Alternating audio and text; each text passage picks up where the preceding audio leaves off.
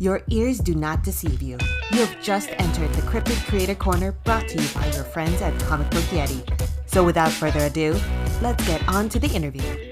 Hello, and welcome to Comic Book Yeti's Cryptid Creator Corner podcast. I know I've begged Byron to change the name. We still haven't. We have a nice new logo, though, with artwork by Jack Foster you need to check out. But it's interview content editor Jimmy Gasparo here for the Cryptid Creator Corner, and I am super excited today. I'm with a writer whose work I've been following for a little while now. You may be familiar with the Scout comic book, Black Cotton, or perhaps his Kickstarted comic, The Lunatic, the Lover, and the Poet. Or maybe you've checked out Don't Ever Blink. But I am here with writer Brian Hawkins. Brian, welcome to the podcast. Thanks. Thank you. I'm excited to be here. What an intro. I mean, I blushed. So thanks. Yeah, no problem. I've been excited to talk to you when we set this up. Because I've been following your work for, a little while now in terms of some of the Kickstarter campaigns, and as well as a subscriber to your newsletter, which I do want to talk about a little bit later, Character Plus Obstacle Equals Story. Cool. Thank you. So, but right now we're here to talk about your new series with Aftershock called The Vineyard. Issue number 1 is coming out August 3rd, 2022. Yes. So it's still a week or two away from when we're recording this, but this is quite a creative team.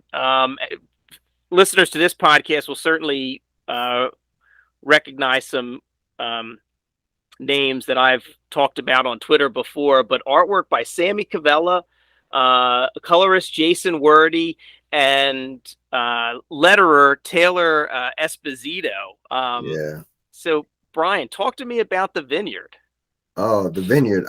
So The Vineyard is a mythological horror, a mythological Dionysian horror, which hinges around the Vines family.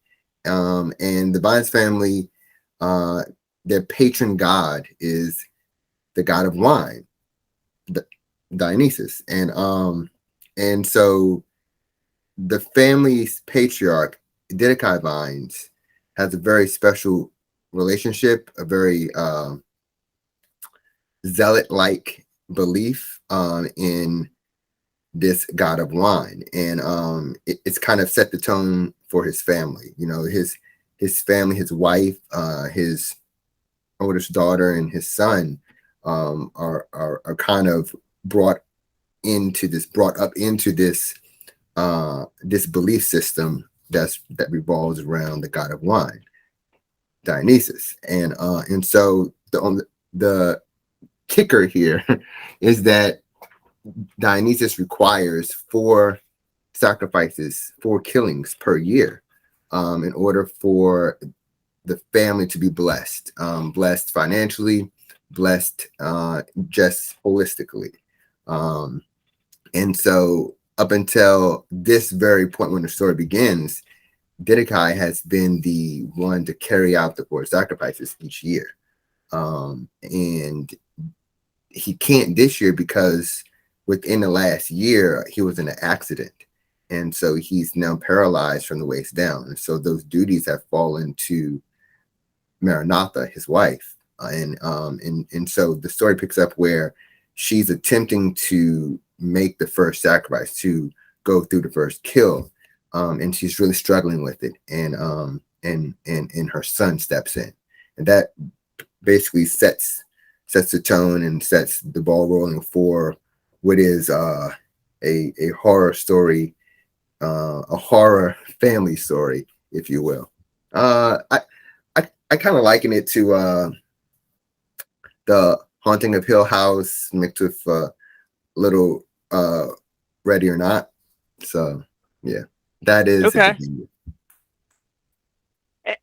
So from the sounds of it, it's interesting to me. What immediately struck me, set the myth aside for a second, because I'm always fascinated by that aspect of mythology, entering into modern day. Right. But this idea of, it sounds like, the family, and I don't want to, maybe this will be revealed later. I'm not sure, but it sounds like the family is aware of what they need to do in terms of the sacrifices made, but actually practically carrying it out. I mean, I feel like there's a lot when you look at society at large. There's, you take these horrible things that are happening, these sacrificial killings, but I Mhm. immediately thought of all the things where, we're okay that certain things are happening in the world as long as we're not the ones to actually have to carry them out. Absolutely. Um, Yeah. and and that immediately struck me as something that I could, get into and want to find out about, that the family struggle, but also the personal struggle Yeah. of, you know, having to actually commit these acts and do these things. Absolutely. You hit the nail on the head. And it really is, there's a lot of centerpieces, and I feel like one of them is that family dynamic and this idea of belief and, quote unquote, faith in action. And for a lot of the time before the story began, the father, Didakai, was able to do this, and everyone was able to just go about their business. They knew they had their feelings about it, Hmm. but there were a certain amount of acceptance. But when he's unable to do it and it becomes more hands-on, that then takes on a whole different role for different people, and how they have to now respond and react to this belief, that really stems from one man but has been transferred or passed down, from wife and mother to daughter and son. Hmm. And it has shaped, who they are. And who they are is an extension of, well, I say what they do is an extension of who they are. And Right. that's where we find this family. And what we get to see is, what this belief looks like when it's not completely in control, by the father, but it now is in the hands of the mother and the son and the daughter, and how they feel about it and their perceptions of it. Right. And, I was thinking, I mentioned your newsletter earlier, character plus obstacle equals story. And I always think about that. I mean, I love the name of it because you could Thank have called it anything, right? If people have different creators, they have their newsletters are all kinds of different things. Like your last name, you could have called it Hawkins Comics. you. Right. Right. But I love how cleanly it's stated. And whenever I'm thinking about a story, I always come back to that, because I think sometimes when I'm thinking about a story I want to tell, sometimes I get in character first and I think Mhm. of a character, and then the obstacle comes later. And then other times I'll think of an obstacle and, like, what kind of character do I want to put up against it? Right. But I always think of it in those elements now. And Yeah. so with this story, how did you come about it? Did you think of this family first and want to set it in a vineyard? Or did you think of, oh, I have this idea in terms of these sacrifices, and we're going to bring Dionysus into it? And then what type of family would that involve? What was the genesis of that? It really began with the seed, the seed of idea, of wine. I wanted to tell a story, that revolved around wine, and I thought about like the visual aspect, and I thought about like the elemental aspect of like the different nuances and feelings and atmospheres and mood that like goes with wine. And I knew from the onset that that immediately would connect to like horror for me. I'm a huge horror fan, and so I'm Hmm. like, okay, to tell a story that revolves around wine, that's within the horror genre. And I'm like, you have to have the god of wine. And so it really went from that idea to the god of wine to the setting. And I knew that the setting would have to be in a vineyard. And one of the things I love most about horror stories is that, you know, the setting and the location is as much of a character as any of the actual characters. Like that setting plays a crucial role and tells the story in itself, where the characters are really interacting with that setting. And so the vineyard, and you'll see like visually, and Sammy and Jason did such a great job. You'll see how the visual aspect, like the real subtle things, you know, they tell a story along with the actual narrative and the dialogue. And so for this particular story, it really just was about the idea of wine, then the idea of, you know, the god of wine, and then the setting. And then I love relationships. I come from a background of soap operas. Like I love soap operas. So relationships, I feel like, are just central to great storytelling, good storytelling. And so the family dynamic is something that I'm really into.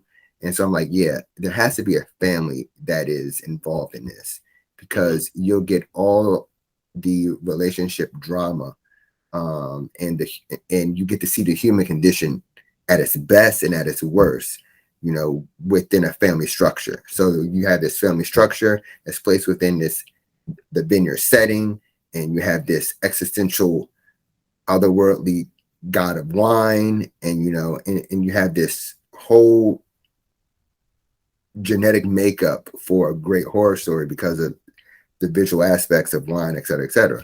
And that's kind of how the story kind of just, the vast expression of it that I'm describing kind of congealed and informed the vineyard story. Right. Wow. And I mean, it is a great setting. I mean, because despite any time I walk into, you know, a liquor store and see how many bottles of wine, and maybe they're newer wineries, but still there's something in that like collective conscience of a winery is old, and like a family who runs a winery, they've been around for a while, they have secrets, they, you know, so I think all of it lends itself to that. And speaking of visuals, I mean, you probably couldn't have had a better team than Sammy Cavella and Jason Wordie. I mean, I've been a big fan of both of their work. Sammy in particular, he did Everfrost with Ryan K. Lindsay, and Undone by Blood with Lonnie Nadler and Zach Thompson. Yeah. And I mean, Jason Wordie has done so many excellent things as a colorist. Resonant with D.B. Andre, and then the second arc with Skylar Patridge was one of my favorites. And I mean, I can't say enough good things about Taylor Esposito as a letterer. But talk to me how you know, what guide are you sacrificing stuff to? Obviously, it's Dionysus. I mean, obviously, I'm in good favor. No, who did I have to kill? No, all jokes. It was a huge blessing, no pun intended. But like, when I was talking to Aftershock and I sent the pitch in, and, you know, and they went for the pitch, and we began discussing, and, you know, I had the outline in, and we were talking about artists and, you know, wish list, right? And Sammy's name came out immediately. I had just finished reading something of his as well.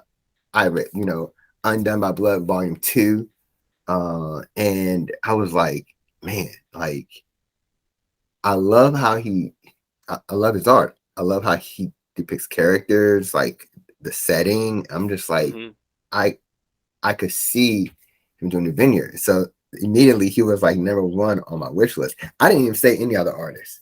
And Mike Marsh was like, let me call him up. Yeah, that's a great idea. Like, let's see if he's available. And so, you know, we were still talking about the story, and he emailed Sammy, and like before we were done talking, like Sammy was on board. And I'm like, yes, this is amazing. And a couple weeks later, Jason already was added on, because him and Sammy, they've done a lot of work together, so he was on board, and then Taylor was on board, and I'm just like, okay, I'll run with this. This is fine. So I'm completely honored to have collaborated with them and to be on a team with them to bring this to life. And it's by nothing that I necessarily did. It was more so just I mentioned Sammy, and Aftershock got the ball rolling, and it just all fell in place. So. Well, So that's fantastic. All blessings, all praises to Diane. Right. So I mean, in terms of, you putting this together, in terms of your writing process, I mean, do you script things like fairly tightly, or when you realize you work with several different artists, when you work with an artist like, Sammy Cavella, as we've said, I mean, his storytelling visually is so good. His panel layouts are, especially in terms of the pacing, Undone by Blood, Volume 2 in particular, there are so many wonderful moments where he will break down panels, and it really, I think, just elevates and takes the story to, another level. So knowing that, did you shift how you do things at all in terms of your writing? I didn't, believe it or not. What's interesting is I like to think I try to write with the artist in mind, to where I'm not necessarily it's narrative and its ideas presented, and it allows room for the artist to be creative and to use their art to tell the story in addition to what I've written. So I feel like writing the script for Sammy to see, like I remember there's some times where I would make a note, and I would say, hey Sammy, I'm thinking this. I would have written the panel description and the panel narrative, but then I make a note about something, and and I would be talking to him in suggestive, or saying, if you have like another way to go with this, et cetera, and I try to make the scripts where they are narrative, but at the same time they can be directive, but they can be guidance, and they can be suggestive, which hopefully leaves enough room for my collaborators to hone in on their storytelling, and for them to bring the story to life in that magical visualistic way. And Sammy, by all means, it's just, I mean, he's on such a high level of art telling story. I mean, he does it so well. I actually, when I got the first layouts back, I actually went through the layouts with no script in front of me at all. They were so beautiful. The layouts were so beautiful. And I just went through the story and let the art completely tell the story. And I could almost remember what I wrote, while also seeing how he advanced it, and how he complemented it, and how he grew it and birthed it. And I'm just like, I just went, and I actually sent the email to Mike and Sammy, and I was like, I literally went through these layouts with no script, and I just let the art speak the whole story to me, and this was just amazing. And and that's just the level of a creator he is. Yeah. Wow. Yeah. That's awesome. What's is there a certain number of issues planned for the Vineyard as of right now? Yes. So volume 1 is 4 issues. Okay. Yeah. It's 4 issues, and it's a story that ends. Not to say it couldn't go on, but it there's there's a resolution to it. Okay. So All right. And so this is your first time working with Aftershock, right? First time, yes. Yeah. And so I'm a big fan of Aftershock. I love a lot of the books that they're putting out. So I mean, were you a fan of what they were doing beforehand, and what do you think made Aftershock the right company to pitch this to? Absolutely. Like I've been eyeing them for years. And been reading their stuff, and man, and so like I was a fan of Undone by Blood Volume 1, and I was reading Artemis, and the list goes on. And so it was interesting because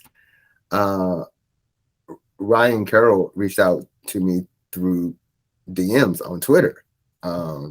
Like it was just, for me it was random, but and he mentioned that they had read Black Cotton and Devil's Dominion from Black Box, and he wanted to see if I would be interested in having a conversation about maybe doing some stuff with them. I'm just like, I mean, in my mind, I'm like, hell yeah. I'm like, yeah, this is, of course I would be. But I typed it up, in a very formal way, but basically, hell yeah. Right. And from there, we had a meeting, and they're so great. I mean, Aftershock, when I say they're great, they're really great. They're just great to talk to, great to converse with and talk story with and work with. And they gave me the window to pitch. And so the whole pitching process began. And the Vineyard wasn't the first thing I pitched. I pitched several things, and and those did not get greenlit. But what I loved about it was the feedback, and I didn't take anything as those, although those stories were not accepted, quote unquote rejected. As a writer, as a creator, I really took it as, okay, let me examine this, let me learn from it, let me look at who they are as a company, and what is it that I'm, as a creator, that I'm going to bring to the table. I had to find the right story for the right value of the partnership, because each creator, because they're a creator owned publishing company, they're looking to partner with creators, in my opinion, and they're looking to partner with creators to tell specific stories that comes from that creator's voice, while at the same time connecting to what their voice as a publishing house is. And so I really took the non-acceptances as a way of fine-tuning how I pitch and understanding myself as a creator and who they are as a publishing company. And so eventually I had the Vineyard in mind the whole time, but I knew that I wasn't ready for it. I wasn't ready to write it yet. So I come from a background of education and teaching. So I taught for 17 years. And so I knew that the Vineyard was something that I needed time to kind of mature with and to grow from. And I knew that, okay, I had some initial ideas.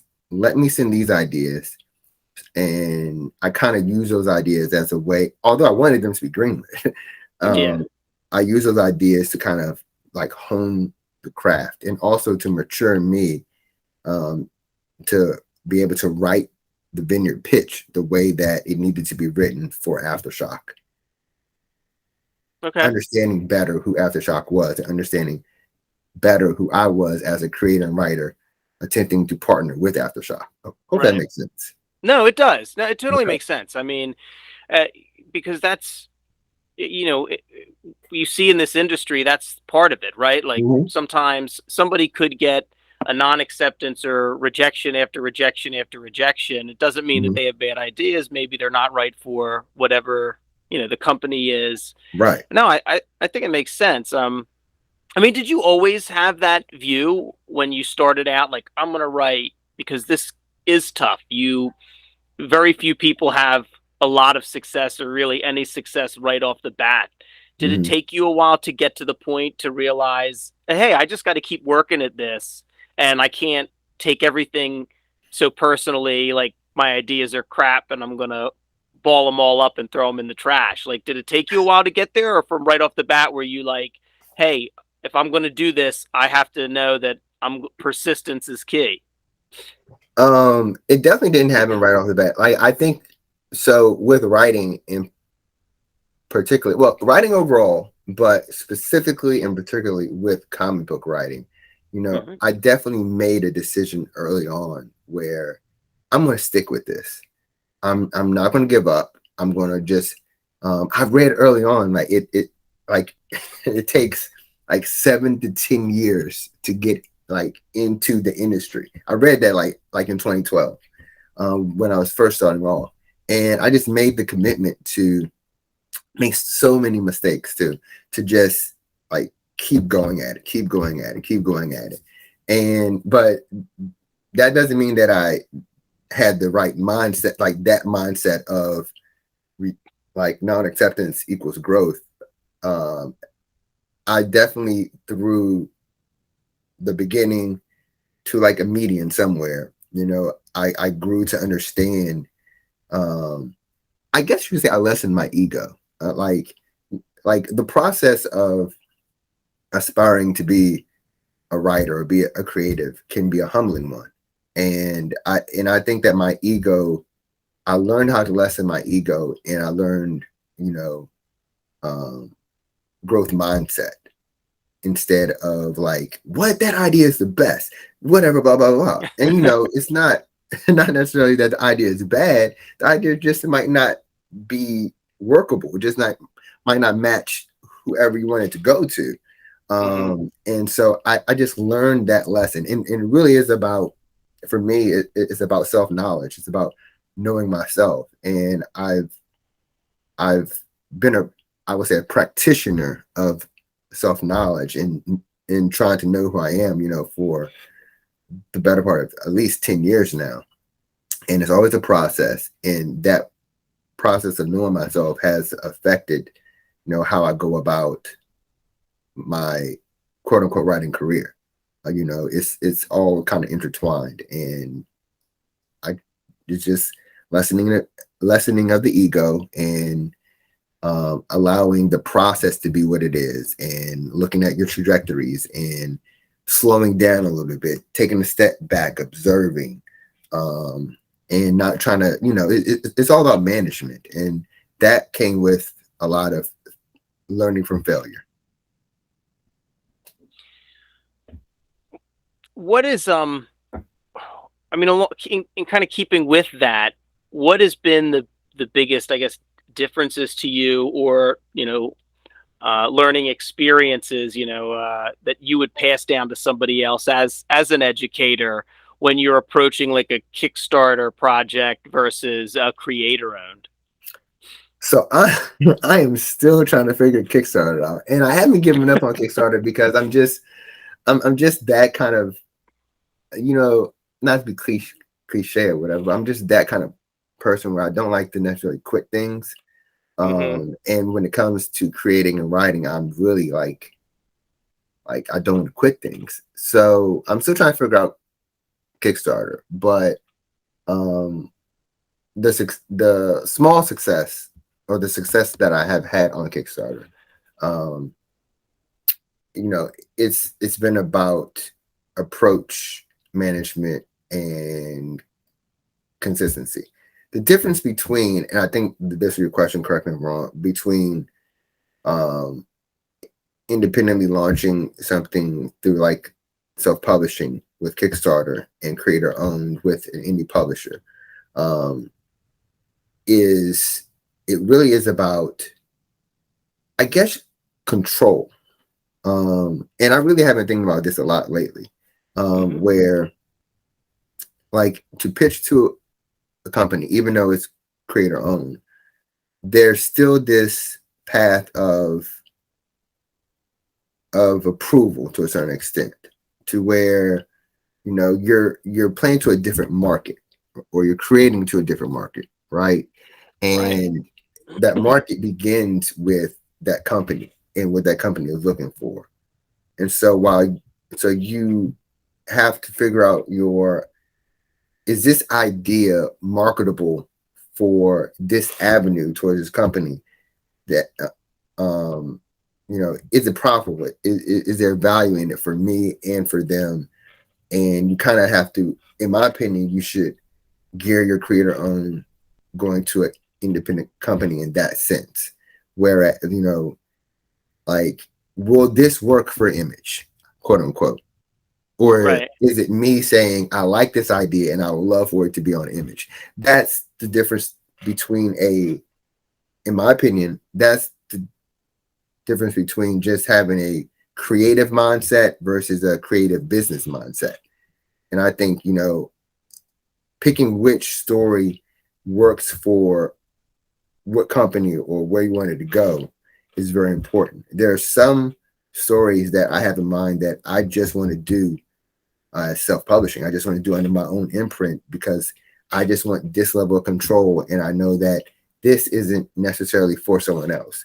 This is for me. So now I have to figure out how to grow that audience, you know, that will follow, you know, my self-published stuff, in addition to, okay, well, there's a kind of a built-in audience for Aftershock here. And, you know, and then I can maybe take some people who are familiar with me over here in self-publishing, and maybe they'll also follow me over to Aftershock. So it's this whole, I'll tell you who has done it very well, and I've been watching for a while. James Tinian, and maybe I'm not pronouncing the last name. I've never heard his name actually spoken. I've always just read it. Yeah, so. It's the same way for me with like people I interview. It's like yours was easy. I'm like, oh, Brian Hawkins, I got that. Right.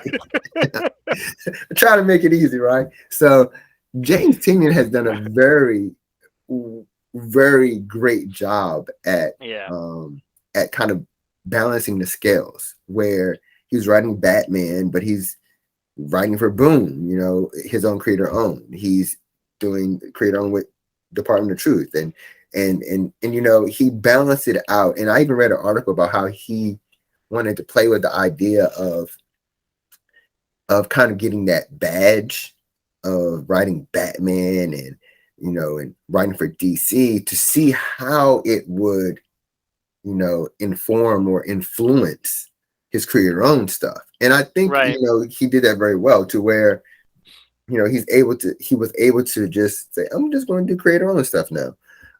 So I kind of work in that mindset of like trying to balance the scales. Right. And for me, that also includes self-publishing and kickstarting, in addition to working with different publishers, et cetera, et cetera. Right. Yeah. I just to tie into what you had just said, I read something similar about the comic book industry as a whole. And the point of this article was that it used to be that you'd start off doing your own books and creator-owned books in order to get to the big two. Right. And that still happens, right? But the point of the article, and I can't remember who wrote it, but was that there also seems to be a shift where it then swings the other way. Then once you get on the big two book, that now you're going to creator owned or Substack now, and you're building your newsletter audience, and you're trying to get those big two fans to follow you to creator owned, because that's where there seems to be more freedom, and then, you know, hopefully more money.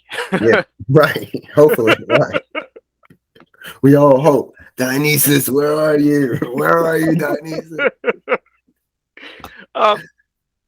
You know, but with that in mind, in terms of taking, you know, people that follow you and know you from creator owned, like those readers, and follow your newsletter, and then, you know, to follow you to Aftershock to pick up the Vineyard, and then maybe some of those writers you pick up who already have that Aftershock follow, from the Aftershock following to follow you to Right. some more creator-owned stuff. And I'm always interested whether or not there's a through line, for writers and with their different work. You said this earlier that you're very interested in character, family, Hmm. soap opera, Yeah. and drama. But do you think there is another like through line to your work, whether or not it's something you've touched that was, you were hired freelance, like Devil's Dominion, or whether or not it's Black Cotton or The Lunatic, The Lover, and the Poet, and now The Vineyard? Like, do you think there's something that you see that you're working on that is like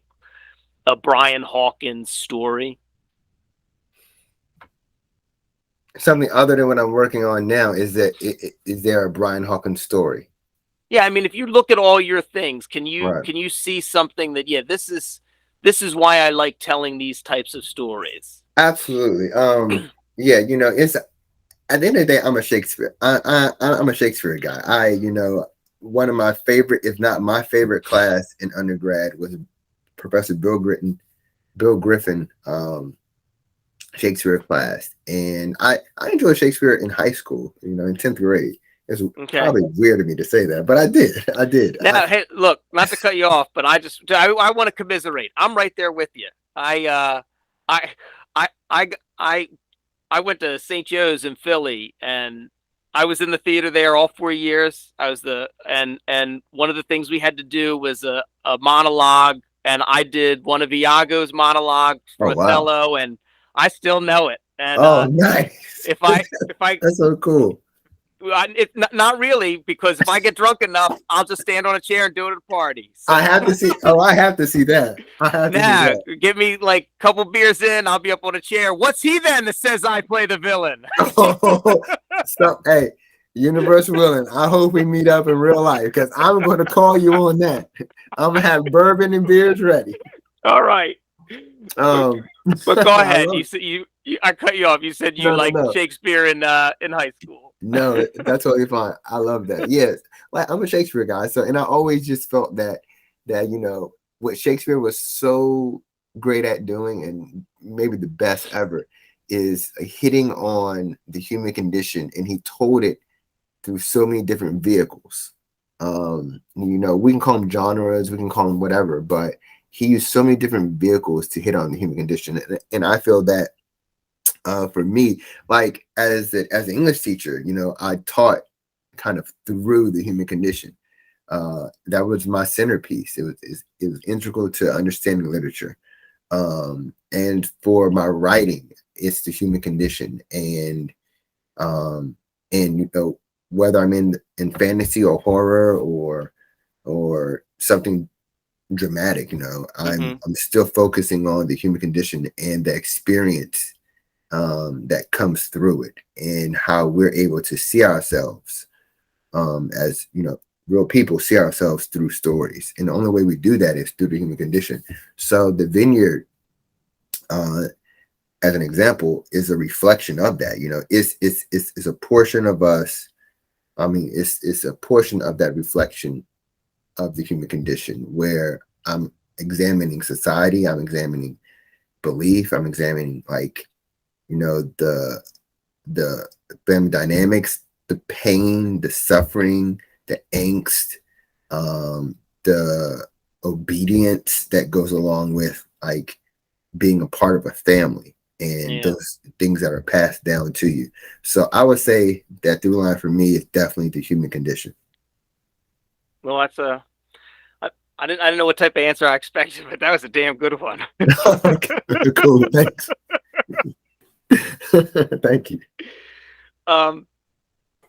Yeah, so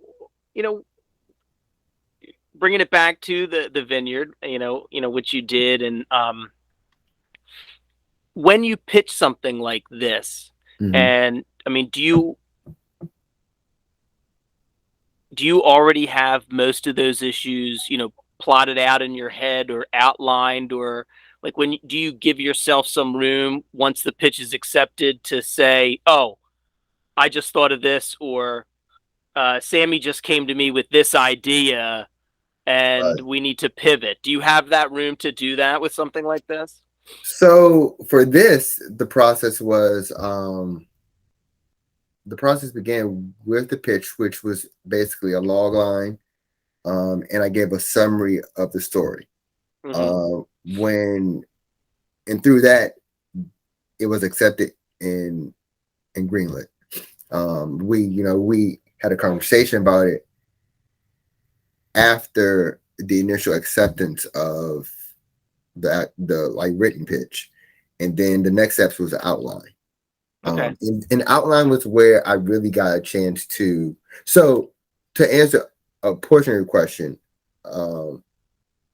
before it was greenlit, it was just like a summary of the story, log line and summary, and outlook of like how many issues it would be, and what are the key messages within the story.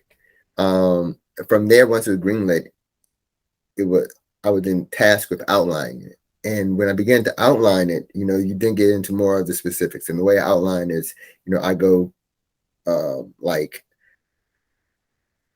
page 1 through 3, here's what's happening. Page 4 through 6. Like I'm outlining the structure and the feel of the story while also trying to tell the story.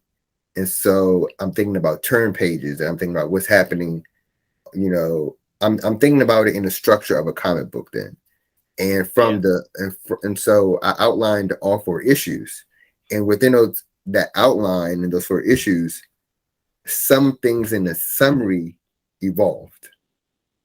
Then the outline went to them, and I get notes and feedback. And then from the notes and feedback, new ideas are birthed as well that that doesn't change the story, but it affects the story, certain influences, and it helps the story to grow. So then I think I went through 3 drafts of an outline. And the structure and the whole of the story remained the same. It was just, it's an interesting thing how stories work, how they're in your head, they're in your mind. And when you begin to put them on paper or on screen, because everything is technology, right? It begins to take shape, which then it really reminds me of Shakespeare, which is actually where the lunatic and lavender poet comes from. Like airy nothings begin to, shape and take form. And so, these ideas begin to take shape and take form, and then you get to see it clearly for yourself because it's in your head and you think you have it, but you don't get to know it intimately until you begin to like bring it out of yourself and looking at it. And then once you do that, it begins to grow and grow and grow. And you begin to see like, oh, I gotta connect that dot. I gotta do this, gotta do that. And it's very much like, like how in the Marvel movies, Iron Man is able to he's working on something, he throw it up like this, and he start doing like that, and you start doing all these things. It's kind of like that, where you can now see it better, and you can kind of bring it into existence, not only for yourself better, but potentially for the readers as well. And so from that 3rd draft of the outline, I was then able to go into the script,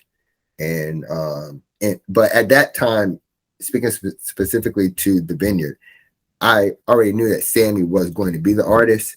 So I had, with having already read his work, and I had an idea in my mind of like, okay, how these people could look.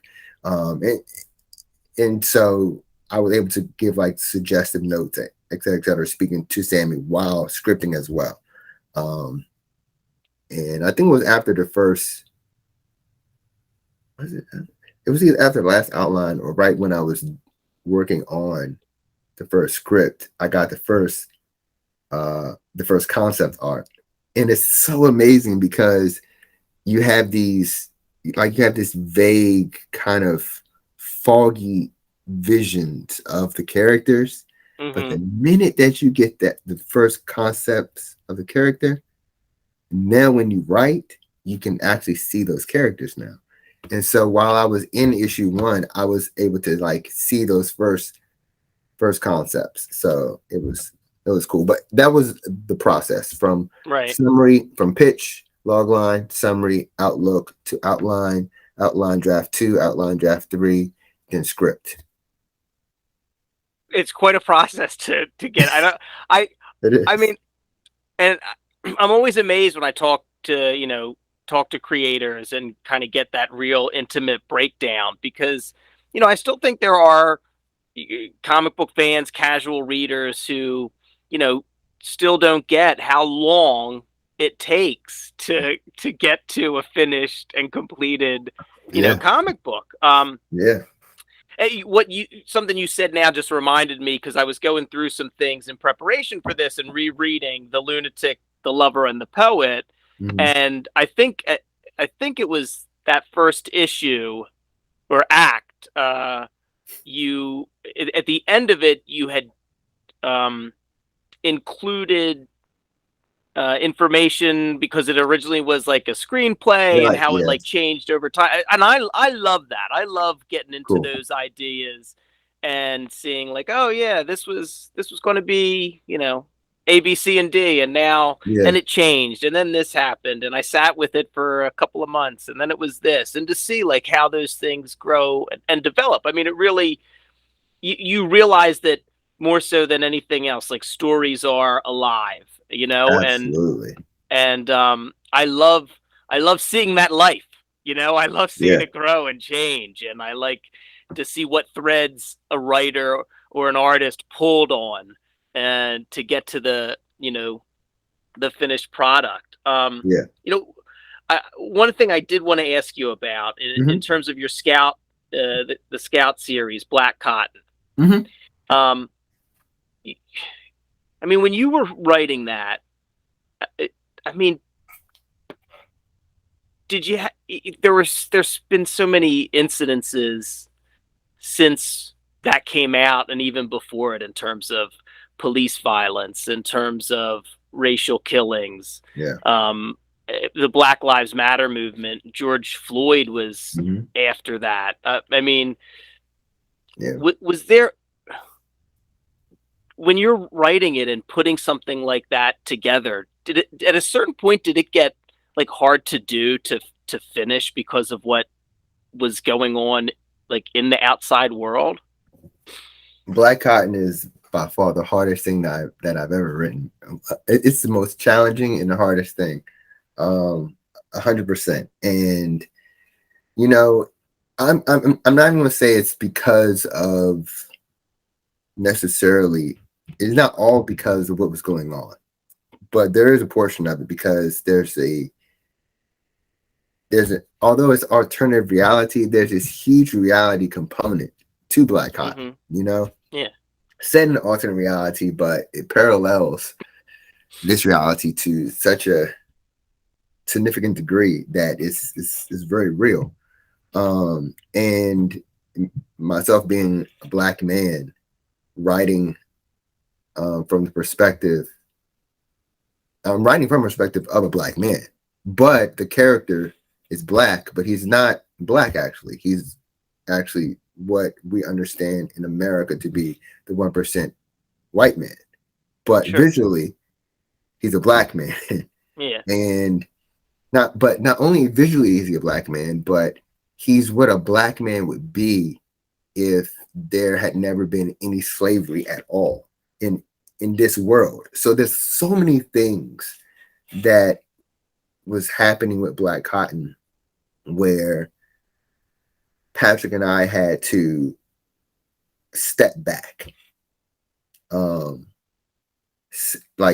and not inject, or even I should say project, our own ideas, our own feelings into it. It really was, I don't want to say therapeutic because that's not the right word. It's just the word that first came to my mind just now, but meditative. I don't know, where you're holding up this mirror and you're looking at yourself while trying to see and understand, everything around you as well. And there's I'm gonna misquote it, but there's a quote about self-knowledge and how really knowing yourself leads you to accepting and knowing others. And that's kind of what Black Cotton is about, where hopefully you like no reader hears my voice or hears Patrick's voice preaching a certain thing to them, but instead it's a journey. It's a journey where you hear multiple ideas and voices, and you as a reader get to discover what your own voice is. And if that does come across, for me as a writer, that was the biggest challenge and the hardest part, is to really take out my implicit bias and who I am as a Black man and try to 100%, as close as to 100%, be just a human being, and to see as a Black man would see, but see as a white man would see, or see as anyone would see, like not gender based or race based or nationality based, but just as a human being, and let that story play out in that way. And so that's why it was so, for me, so challenging, but also one of the hardest things that I've written, because every issue of Black Cotton comes with that, for lack of a better word, that burden of making sure that this is being presented as purely and as cleanly and as openly as possible without my implicit bias or Patrick's. Right. So yeah, I think I got off on a tangent there a little bit, maybe. I'm not sure. I think you did fine. Yeah, I mean, I encourage everyone who's listening who hasn't yet to go and pick up Black Cotton and read it, and then come back and listen to what Brian said again. It is, I mean, I think it's one of the better. I mean, I like a lot of what Scout does. I mean, it's one of the better comics they've put out. I think it's a powerful story. I think you and Patrick did an excellent job with it. It was one that Thank you. Yeah, I think it's an excellent comic. So, and I was curious to ask you about it because I would have to imagine that parts of it were extraordinarily, difficult to write, and it's something. I mean, I said have to imagine. I don't really, know. I'm as a white guy, a 43-year-old white guy sitting here. There's certain things that I don't think I think I can try, but I don't think I'm ever really going to understand. And I understand. So I totally get that, and it was and I mean, I feel like to be honest with you, one of the hardest things to write was actually in issue 4, and it wasn't even with Zion or like a Black character. It was actually with Elizabeth Nightingale and what she was going through with her boyfriend and with her family, and just, I mean, here I go, right? Black man, but I'm putting myself in the place of this alternate reality minority white woman, and how she would feel being a victim of a gun shooting that she was just walking, but she lived through, and she's having to do now. When I say minority white woman, there's this hybrid thing happening because she is a minority white woman, but I'm also thinking of like what in our world what a minority Black woman would experience, right? But she's a white woman, and so there's two things happening at once. And just going through that dialogue and writing those scenes with her boyfriend, and how her boyfriend treated her, and how the media was going after her, and how the boyfriend then attacked her. And then when she got home, how her parents felt about her, and to hear, and for her to be dealing with like the whole college aspect of it, and how she might not be able to go out to school. those scenes and writing those scenes, was very hard and very emotional because, to imagine yourself in that place, in those shoes, Mm-hmm. I think that's the power of storytelling, and while it's hard and challenging, it was also rewarding, I should add, because, I got to go to some emotional places that if I did not write this story, I wouldn't have gone. And it's me seeing life through what I believe would be different sets of eyes. Because I can't say this is how it would be, but I'm imagining as best as I can through the human condition, here's what it would feel like. Mm-hmm. So, yeah. No, I appreciate it. I appreciate your honesty and in terms of talking about it. I feel like following that up, I should have like a more profound question to ask next. But I keep talking to you all night, but I know I'm sure you. It's cool. Yeah, it's a great conversation. Gotta go. No, so I was just to wrap up. I wanted to just talk to you about. Do you still have time to read?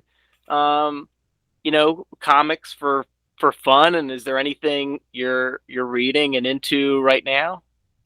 I do. I make it a point now. My piles. I've actually just lowered my pile. I'm down to so here's what I'm trying to catch up on now. I have a pile over here, and this pile right here, it was like up to here. All right. Reading, Once in Future. I'm reading DOT. I'm reading Philadelphia.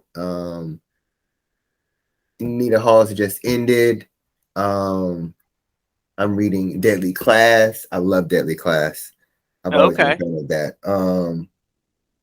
Oh man, so many others. To be honest with you, I buy more indie stuff than I do DC and Marvel. I've supported Milestone in book form. I do a lot of stuff with Marvel in DC on apps, but I try to buy indie like in store. And so I've lowered it down to, and I'm kind of test running these. I haven't always been a huge Spawn fan, but like I'm reading like King Spawn, I'm reading Gunslinger, I'm reading Scorch, Noctera. I've gotten it down to I have 4 issues of Noctera to read that I'm trying to catch up on. It's hard to catch up all the time. I'm the same way. Yeah. I love Farmhand. I love Farmhand. Yeah, I only read volume 1, but I loved Farmhand. Yeah. That was really good. I just picked up volume 3 of Philadelphia. Okay. But Philadelphia is great, and of course, like being in, going to school in Philly, and I worked in Philly for a while, and I'm in Wilmington, Delaware now. Anything with Philly in it, I'm always like, all right. And I mean, Ronnie Barnes and Jason Shaw Alexander just kill it every issue. They do. It's never a disappointment. Never a disappointment at all. No, it's so good. Yeah, it's great. And I got a bunch of trade paperbacks, and I try to read 2 comics in the morning each day. There you go. I try to live off of routines and rituals, rituals. But it's for the most part, I do get it done, but sometimes it just pile up, and I have to just find time between that and writing and family and et cetera, et cetera. But I love comic books, so I'm a writer and a reader for sure. Yeah. Not Brian, to mention the Kickstarter books. I'm sorry, the Kickstarter books. I have a whole pile of Kickstarter books I have to read too. Yeah, I back a lot of stuff digitally. Yeah. Only so I'm trying to make it so my wife doesn't know exactly how many things I back. I totally get it. I do that too. thank God she doesn't go with me to like. Well, there haven't really been conventions, but I went to like Baltimore Comic-Con, and I don't want her to see, all the stuff that I back. I'm just waiting one day for like my brother to let it slip that I'm a Kickstarter super backer, and that'll be the end of it. And she'll be filing papers. What? What does that mean? What does that mean? But yeah, I back a lot of. I didn't even discover Kickstarter until the pandemic. And wow! I didn't really wasn't really aware of the scene. I bought stuff at my local shop and followed people on Twitter, but then during the pandemic, I kind of discovered Kickstarter, and it's so many great creators, writers, and artists. There's been just some amazing books that I've absolutely loved that I found just through Kickstarter. I agree. I totally agree. It's a thing for sure. It's a thing, and it shouldn't be underestimated. I mean, it's a legitimate avenue for creator-owned comics that is free from any strings of company policy or pressure. It's a chance. I liken it to what Terry Moore has always done with like his creations, like Strangers in Paradise, it's his thing. And that's one of the things that Kickstarter offers, is this ability to tell your own story through your own means, and you get to connect with comic book enthusiasts like yourself and reach them directly. So I will always be a advocate, a supporter, and someone who will always want to tell story through those means because of the intimacy of it. And I think it's great. Yeah, I've discovered a lot of things that I've thoroughly enjoyed, and then I've been happy to support, and writers and artists that I now will follow on Twitter and see what else they're doing, and it's been great. But Brian, I don't want to keep you. I really appreciate you talking with me. I hope everybody goes out and gets the Vineyard on August 3rd at your local comic book shop, or digitally, if that's how you get comics. I'm sure it'll be available. Yes. So it will be. All right. So for Comic Book Yeti's Cryptid Creator Corner, this is Jimmy Gasparo, and I just want to thank Brian Hawkins very much for talking with me today. Have a good night, and I will see everyone next time. See you, Brian. All right, man. Thank you for having me. Thank you for joining us today for this episode of the Cryptid Creator Corner. We also have a podcast of the same name that you can download wherever you get your podcasts. Thanks for watching. If you enjoyed this episode of the Cryptid Creator Corner, maybe you would enjoy our sister podcast, Into the Comics Cave. Listen and subscribe wherever you get your podcasts.